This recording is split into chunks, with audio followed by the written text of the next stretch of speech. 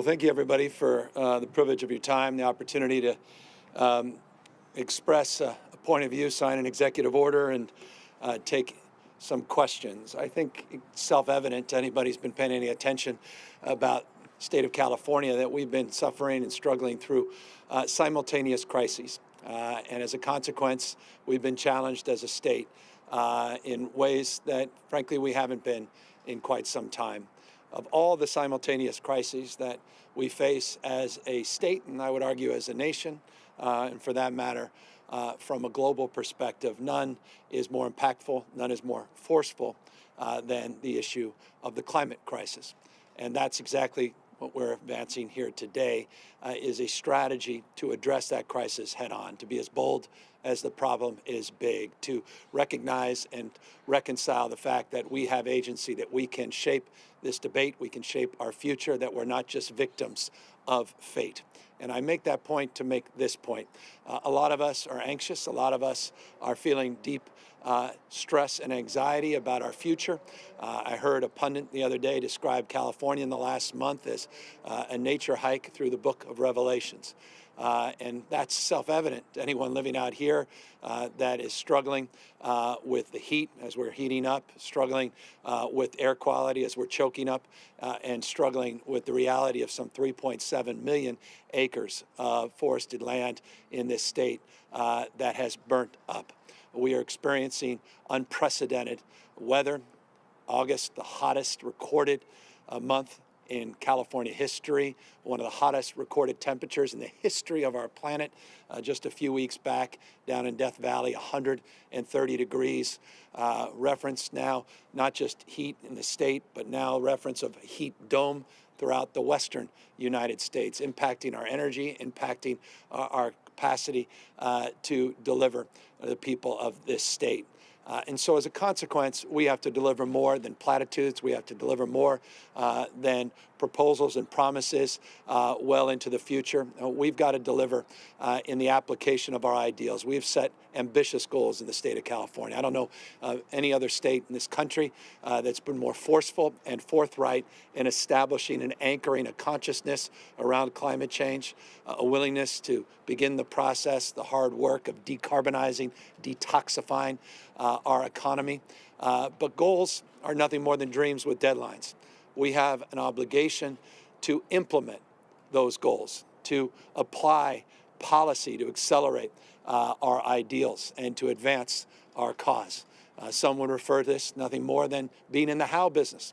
How do you actually achieve substantial reduction in greenhouse gas emissions? How do you significantly reduce emissions in sectors of the economy that have stubbornly grown and not decreased? And today we are advancing just that, particularly in the area of transportation. The transportation sector in the state of California represents over 50% of all of the emissions, 41% directly related to vehicles, 11% related to the production of petroleum fuels. As a consequence, when we are looking to achieve our audacious goals to get to 100% carbon-free economy by 2045, we can't get there unless we accelerate our efforts in the transportation sector, unless we recognize and reconcile the fact that transportation sector, we have seen an actual increase, modest though it may be, an increase in total emissions while we've seen a decrease in other sectors. We can't continue down this path if we're going to achieve our audacious goals. And as a consequence today, we are marking a new course. We are setting a new marker. We're advancing the cause with the support of the California Air Resources Board to once again lead not only this nation, but in many respects lead the world in terms of establishing a framework where we can accelerate innovation, we can accelerate adaptation and adoption, and we can in turn grow the economic pie here in the state of California, bringing more and more Californians along. And we'll do that by setting forth a goal, firm goal, that by 2035, in the next 15 years, we will eliminate in the state of California the sales of internal combustion engines. We will move forward to green and decarbonize our vehicle fleet here in the state of California. As a consequence, substantially reducing greenhouse gas emissions as well as oxide nitrogen, meaning NOx emissions here in the state of California. In so doing, we'll improve air quality as well as improve the economic climate here in the state of California. Let me make the case. Currently today, the state has 34 manufacturers of electric vehicles. No state in America comes close. This state represents just shy of 50% of all the electric vehicle purchases in the United States of America. We have, by one estimate, close to 750,000 electric vehicles in the state of California, 726,000 at last count. No state comes close. Our second largest export, in the state of California, are electric vehicles. Those 34 manufacturers represent those publicly traded manufacturers represent close to $500 billion of market capitalization, some $500 billion. This is an economic opportunity, the opportunity to transform our economy across sectors, the opportunity to accelerate innovation and the entrepreneurial spirit, the opportunity to bring more companies here into the state of California, creating more jobs. And we talk about creating more jobs. Let's just set forth some facts that are in evidence here in the state of California. Currently, today, green-collar jobs, green tech jobs, green jobs broadly defined, represent a 5-fold increase over the total number of jobs currently those employed in the fossil fuel industry, meaning 5 to 1. Green jobs outpace fossil fuel jobs here in the state of California already today.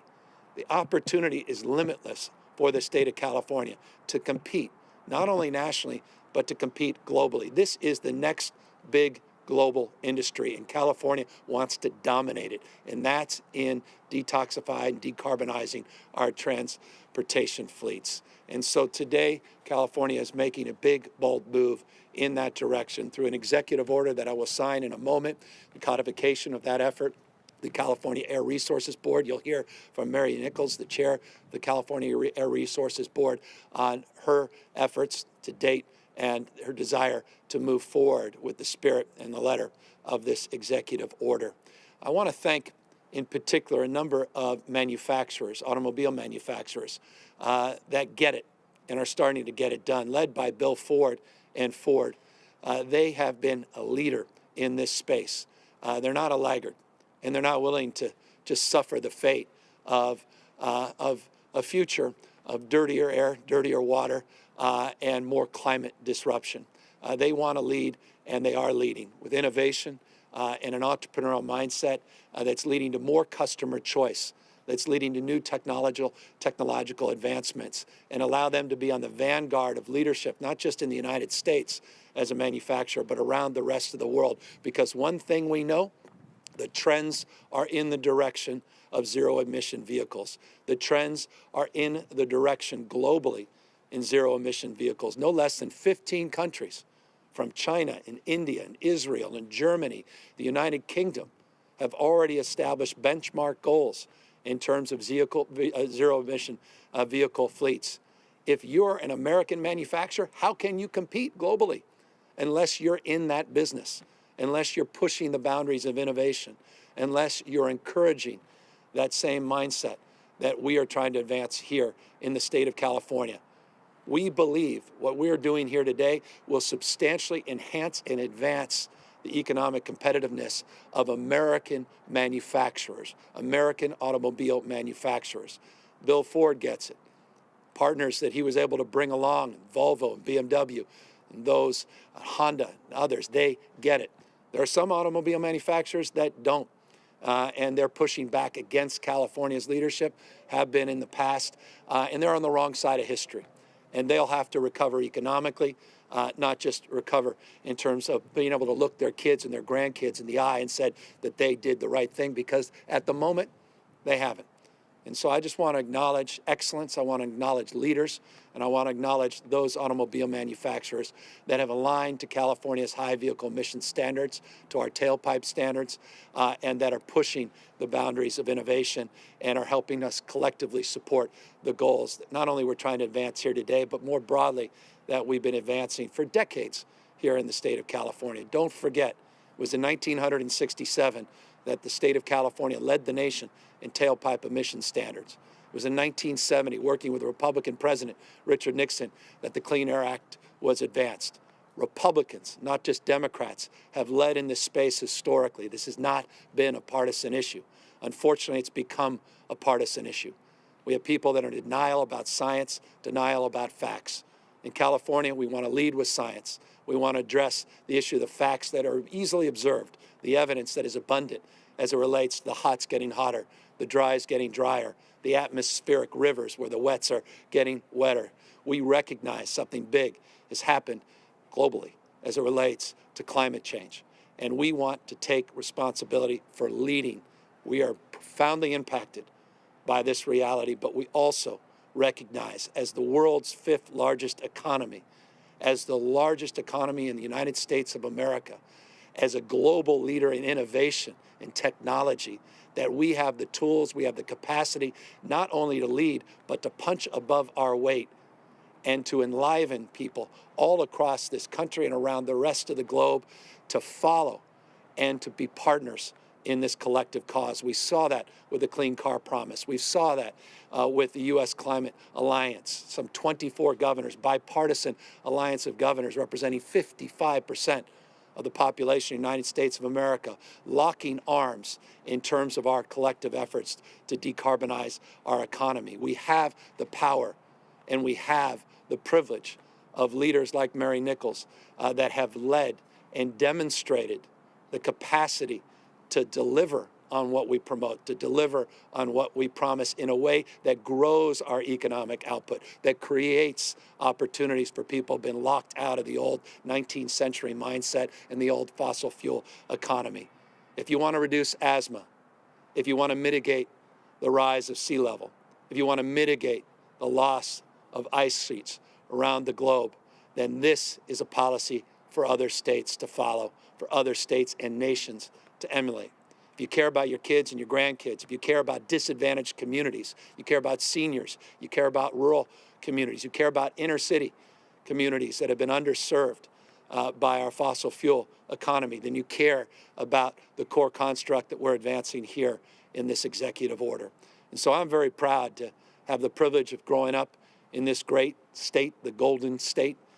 We believe the future happens here first. We are in every way, shape, or form, we believe, America's coming attraction, not just in terms of the impacts of climate change, but our resolve to address the impacts of climate change and lead in addressing these issues in a more sustainable way, in a more regenerative mindset, which is foundational to the fate and future of not just the people in this state, but our nation and the planet. And so I couldn't be more proud today to be able to sign this executive order moving forward by not denying people the ability to keep their cars after 15 years. You can still keep your internal combustion engine car. You can still have a market for used cars. You can still trade and transfer those cars. We're not taking anything away.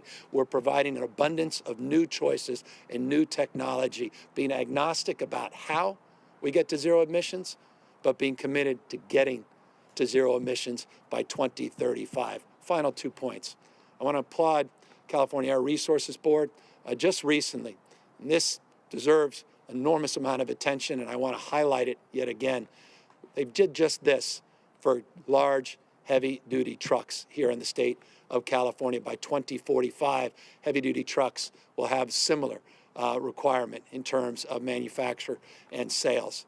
It was interesting, wasn't it, that just yesterday, weeks after California led in that space, Walmart came out and said, you are going to best California, and we are going to produce only zero-emission truck fleet by 2040. That's the spirit of innovation. That's the spirit of partnership. This is not just about government. This is about the private sector and the entrepreneurial mindset of some of the biggest companies in the world. that get it and want to get it done as well. Tesla yesterday, just coincidentally, advancing new innovation in batteries, bringing down the cost of batteries, extending not only the life of the batteries, but the range of the batteries. You're seeing innovation across the spectrum in this place. You're seeing price parity within the next few years of electric vehicles with traditional internal combustion vehicles. But the difference is you don't have to pay any money at the pump. The difference is with a zero emission vehicle, you have lower maintenance costs. You have lower operating costs. So if you want to protect disadvantaged communities, impoverished communities, then pull away from the gas pumps. Let us no longer be victims of geopolitical dictators that manipulate global supply chains and global markets as it relates to the petropolitics that have become so much part of our lives. Let's disabuse ourselves that that has to be our fate, that has to be our future. It simply does not. Let us lead again, California, in a cleaner, brighter, more resilient future. And so I'm very enthusiastic about this. I'm not naive that not everybody is going to join hands on this. But one thing I know, this is the trend line that will become a headline around the rest of the world. And we're not just going to be in the back of this bus. We're going to be leading once again. We're going to be driving this accelerated change. Good policy means accelerating technology and accelerating innovation. That's California's game. We do it better than anybody else. And so I want to just thank not only Mary, who's going to speak here in just a moment, but I want to thank our large team of environmental leaders, not just environmental stewards, led by Jared Bloomfeld, EPA here in the state of California, Wade Crowfoot, leading a resource agency, David Hochschild at California Energy Commission, representatives of the Public Utilities Commission, and our own co-chair of our Economic and Workforce Task Force, and that's Tom Steyer, an international leader on climate change and someone that's taken on some of the dirty fossil fuel interests head on and won, proving that we can win, proving we can get this done. And so thank them and my entire executive team, my chief of staff, Ann O'Leary, Ana Montesantos, and others that helped organize the core principles that we're setting forth in this executive order. Final point, we also recognize that it's not just about demand, though demand is foundational. We also have to look at supply. And none of us are naive in the state of California as a fossil fuel production state that we need to focus on a just transition to make sure those that are impacted by this transition are included in the new economic opportunities. And so we are in that process. That process is underway. 2 very significant studies are coming out. First draft, November 1st, in terms of advancing and accelerating that just transition. We have rulemaking with our regulatory agency, CalGEM, that's taking shape by the end of this calendar year as it relates to health and safety standards, buffer zones, as it relates to production and the health impacts these production facilities have on communities that are vulnerable. And we have a commitment to phase out fracking here in the state of California. Pursuant to this executive order, we will be directing and working very specifically on a legislative strategy to begin the phase out formally of fracking here in the state. And that is a commitment, a firm commitment from this administration, codified in this executive order that will be advanced January in the new legislative session to advance that cause as well. So all those studies will be done in the next number of weeks and months. Requirements in this executive order to take those studies and actualize them, make them real by July 1st of next year, a legislative agenda to compel some fundamental change to provide more flexibility and more authority for the executive branch to actually deliver on a lot of these fronts, and the work of the California Air Resources Board to continue their leadership at a global level. So with that, a global leader, one of the best and certainly the brightest environmental leader in arguably one of the best and brightest in our nation's history. I know that may sound hyperbolic, It may sound almost patronizing when I'm standing next to her, Mary Nichols, because, people tend to be flowery in their introductions, but I'm saying this soberly with a deep realization of the facts. And Mary's about to move into retirement, but I cannot express how proud I am that she's standing here by our side, 40 million Californians' side, at this pivotal moment in our nation and our world's history to once again lead in terms of advancing a cause that should unite all of us as Americans with the spirit of the moment of leadership that is fundamental in terms of shaping the future that we all want. And so with that, Chair of the California Air Resources Board, Mary Nichols.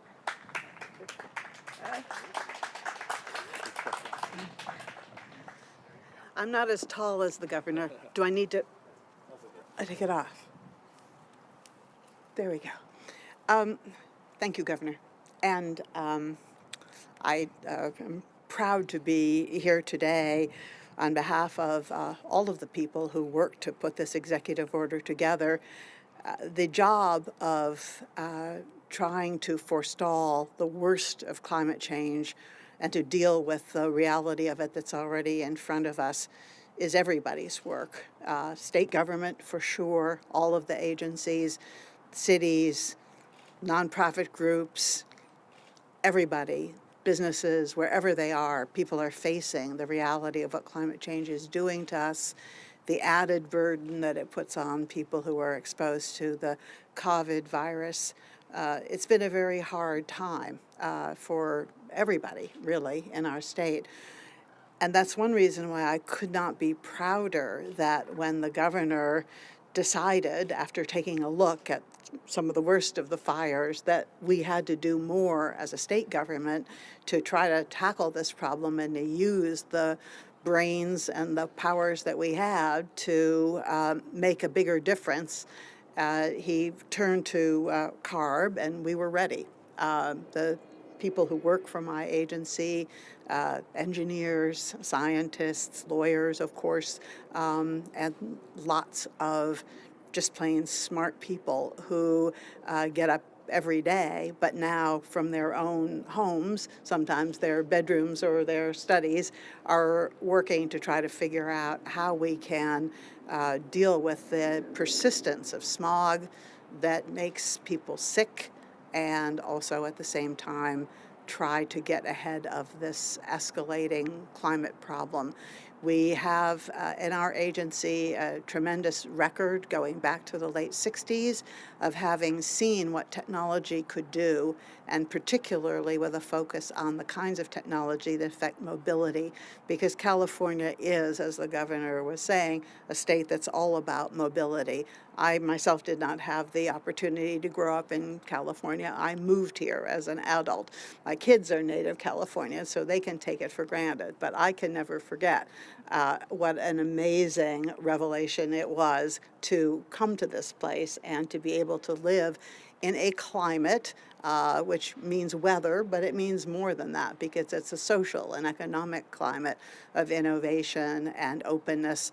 It is what brought me here, and it's what brought so many other people here.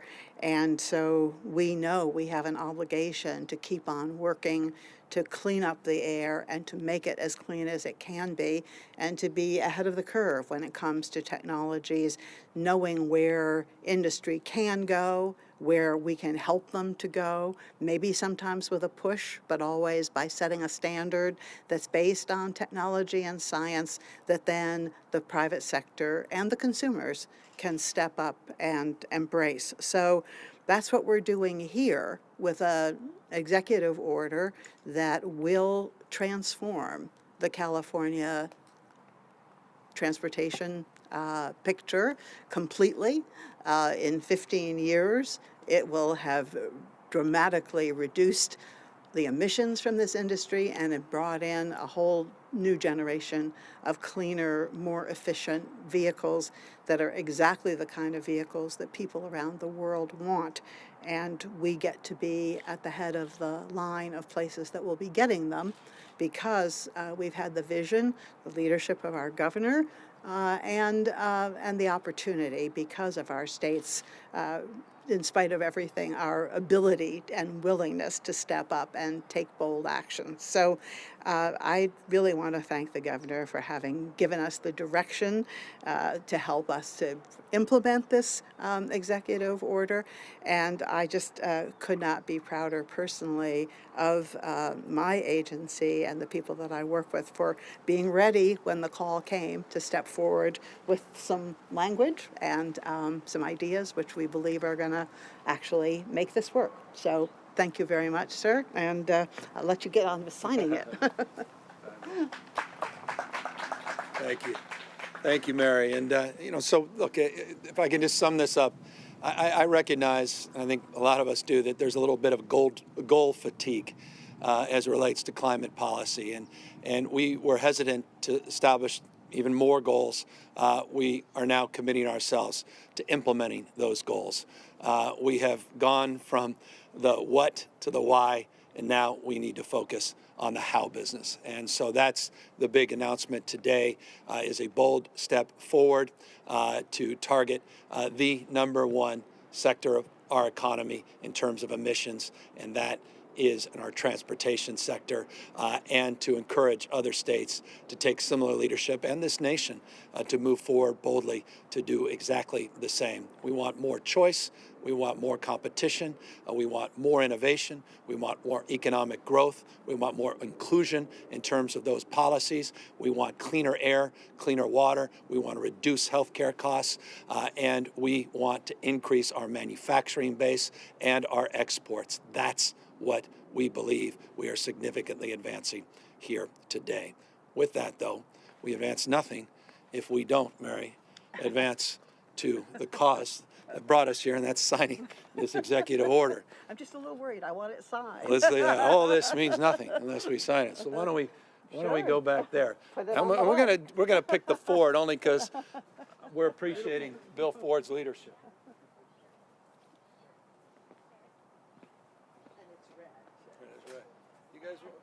Where do we want to do it? Right here? I think that they want, yeah. Everybody come on up. This is a slightly strange place to sign something. I don't know if a governor's ever signed on a car before. Beautiful car. There you go. The new one. Just got it on.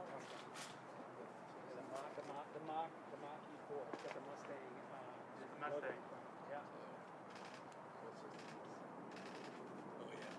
Sorry, all right. All right. I don't know. Everyone gets.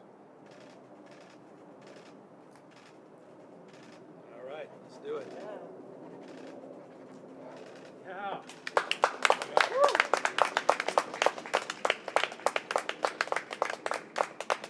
Thank you, Mary.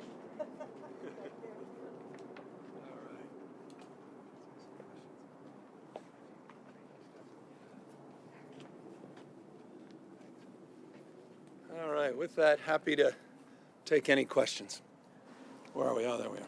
Thank you, Governor. I'm Dustin Gardner from the San Francisco Chronicle, and I'll be asking questions on behalf of the press corps. Several people have asked about your conversations with automakers.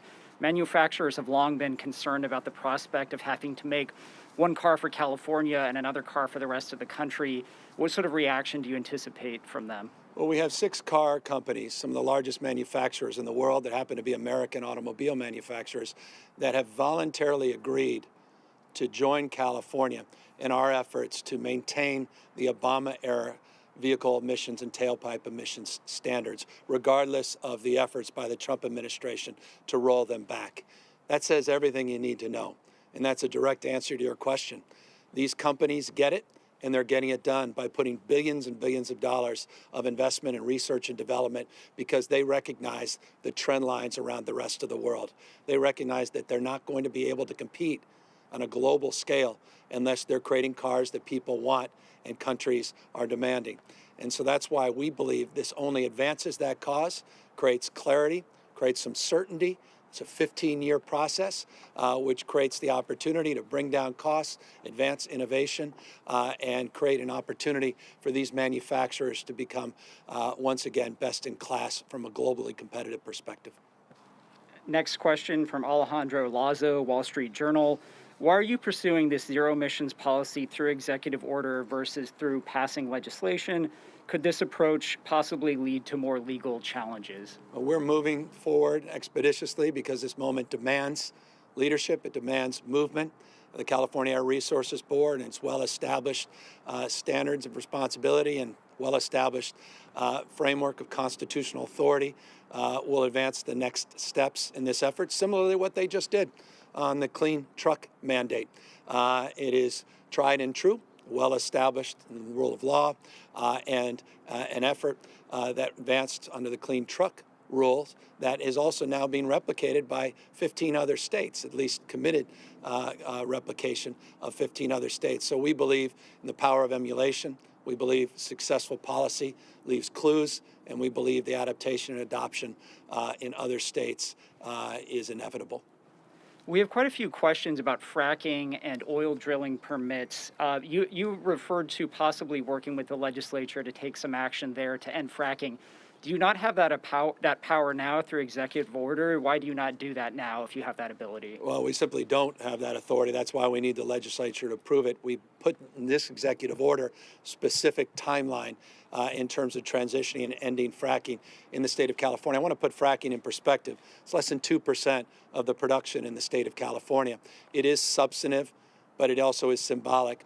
We have to do more on the demand side, and that's why today we think we've made a bold and big step in advancing that cause. We also have advanced the cause a number of months ago to take a scientific approach to analyze, and this is what we believe. We believe in science, not anecdote, not opinion. We believe in science. We're driven by science as it relates to our health policies and our response to COVID, and as it relates to climate and climate change. We believe in science-based rulemaking.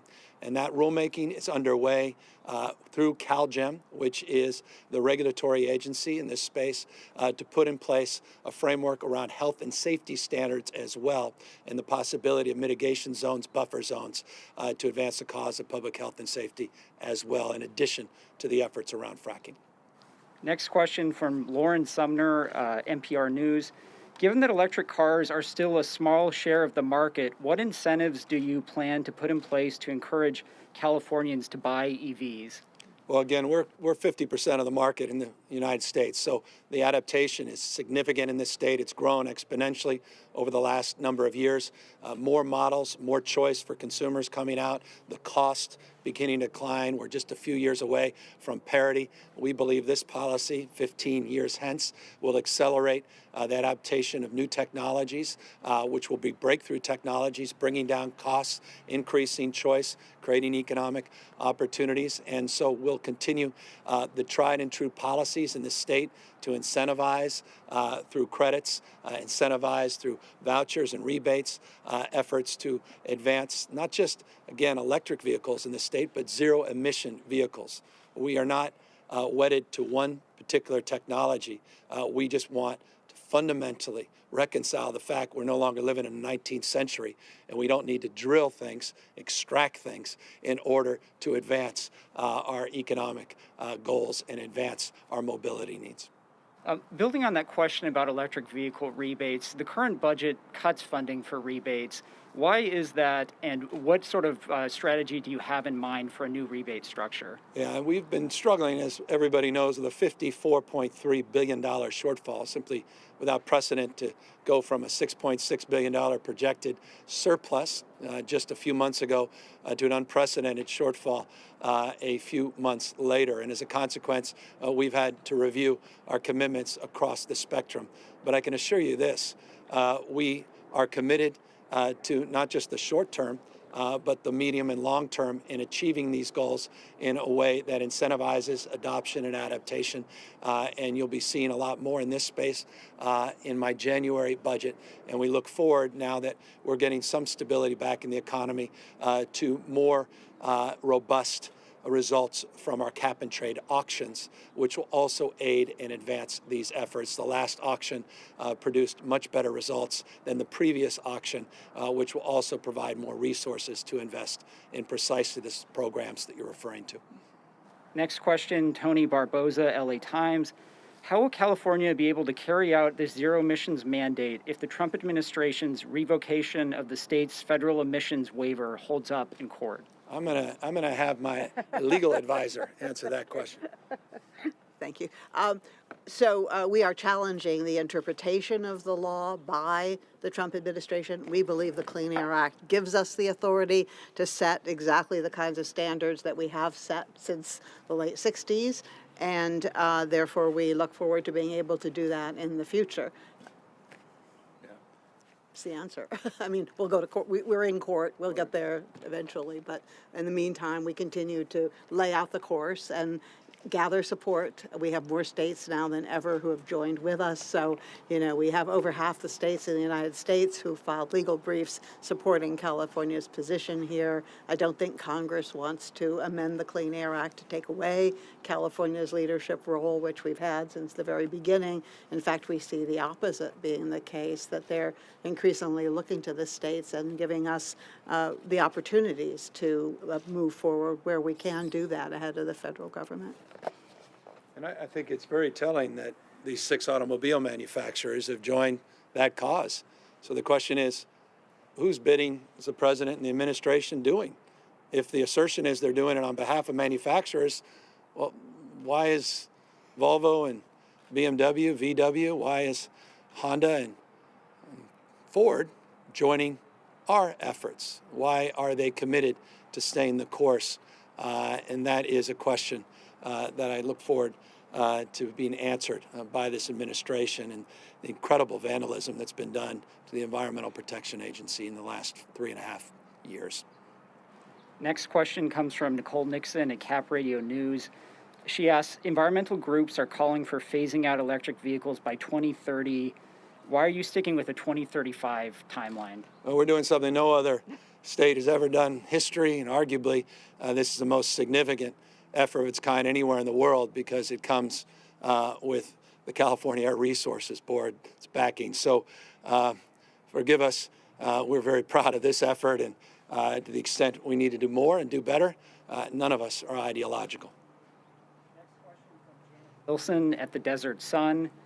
How does your executive order and climate initiative address ongoing large oil spills in California, spills that release greenhouse gases and harmful air pollution, while often generating profits for the polluters? Well, we've been very aggressive in terms of our enforcement. We've substantially invested in CalGEM, put together new guidelines, new staffing, new requirements, more aggressive oversight, new leadership at CalGEM who's responsible in that space.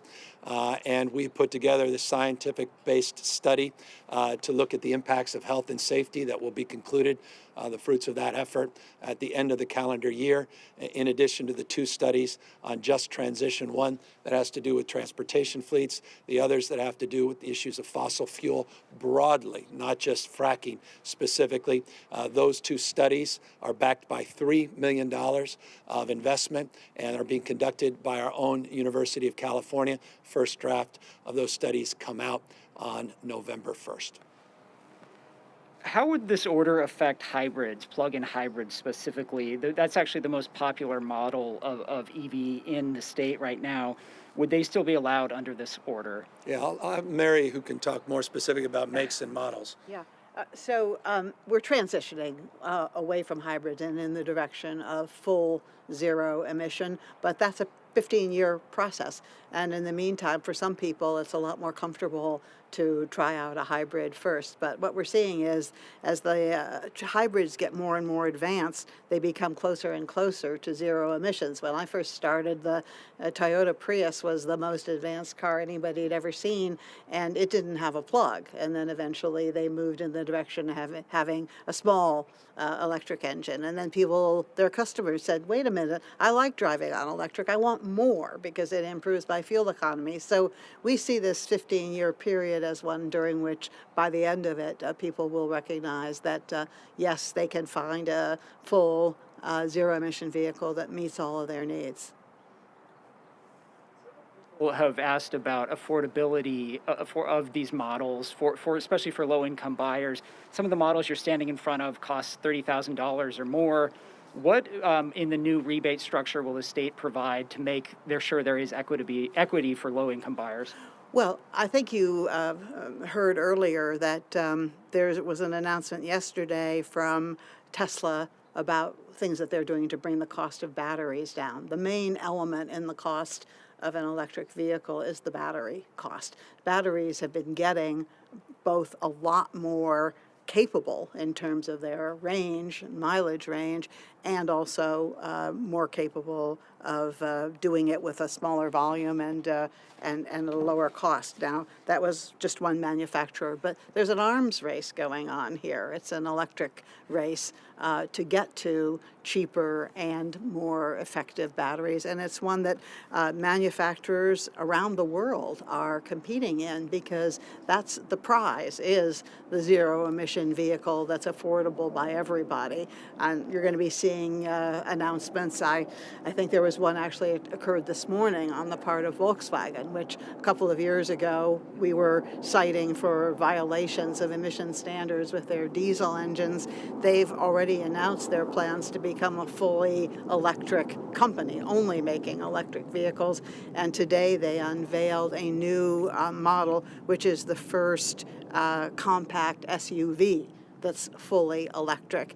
I haven't had a chance to drive one, but I know for a price they'd let me put down a reservation. They're ready to sell them. So I think you're seeing a really quick transition here, and it's in the direction of affordability. But in addition, I want to say that we aren't just waiting for the price to come down. Many people can't afford a new car, whatever the price is, and the need to place electric vehicles in places where people can utilize them and enjoy the benefits, and the whole community can enjoy the benefits of zero emissions, is important too. So we have programs underway to encourage electric bicycles, electric scooters, used electric vehicles, community share electric vehicles, organizations that will be helping to provide carpooling that's fully zero.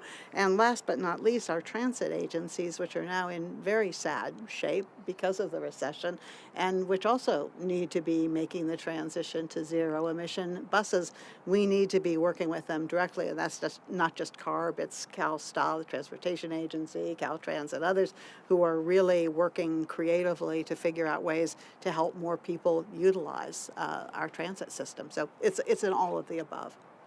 And let me, and I appreciate Mary bringing that up, because in the executive order we talk in terms of our streets, we talk bicycle, we talk about transit. We also call out specifically the work that we've been doing, Mary led on, previous administration led on low carbon fuel standards and the transition of some of our largest refineries in the state of California. I'd point to two examples recently, Phillips 66 and Marathon refineries that are beginning to transition their fuels and their manufacturing facilities. That's happening in real time.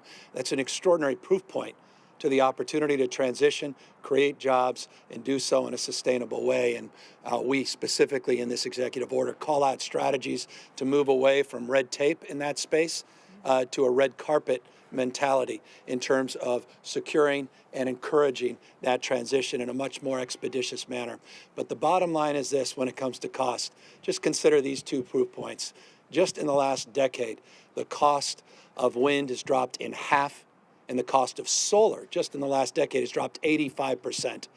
The cost question is dissipating significantly. That gap is beginning to go away. And just in the next few years, you will see price parity in this space with these new cars. And again, our mandate is 15 years hence. And I think the issue of cost will substantially be, and may I say this intentionally, in our rear view mirror.